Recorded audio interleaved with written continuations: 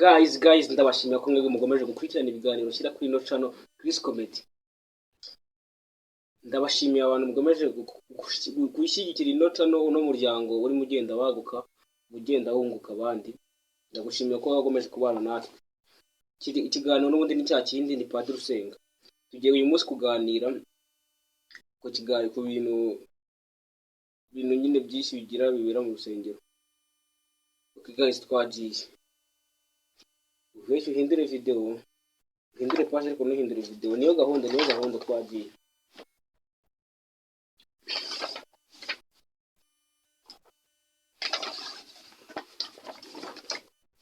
Okay guys, twagiye. Padiri nuko arahaguruka yegera abandi bakiristu bose bari imbere yarababwira ati, nkuko mubizi n'igihe kinini twabanye, ya pantaro mwanguriye naje nyambaye uyu munsi. Atsindwe na Yesu. Ya pantaro mwanguriye uyu munsi nayambaye. Abaturage abakristo nuko bakoma mu mashyi barishima Padiri ko yambaye ya pantaro. Yakabutura. Barangije. Guys, kurikire video. Kanda gushimira n'abakoresha subscribe. Barangije yitwereke. Padiri yitwereke bose baterera hejuru mwiti nayibereke. Arangije Padiri pantaro yari yisize mbere. Nawe yaje yari yambaye iki? Umuntu nkamwe muri bakuru murabyumva. Yagize gutya Padiri araza mu ijwi rituje arababwira ati, dore na ya pantaro na ya kabutura mwamaye. Ahise turambwira ikintu babonye. Barangije abakristo bahita bavuga ati, yego.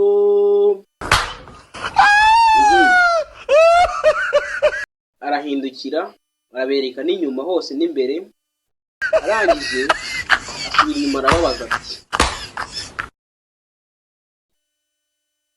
imbere bimeze iwacu nta muntu wigeze yiyahura. Iwanyu bariya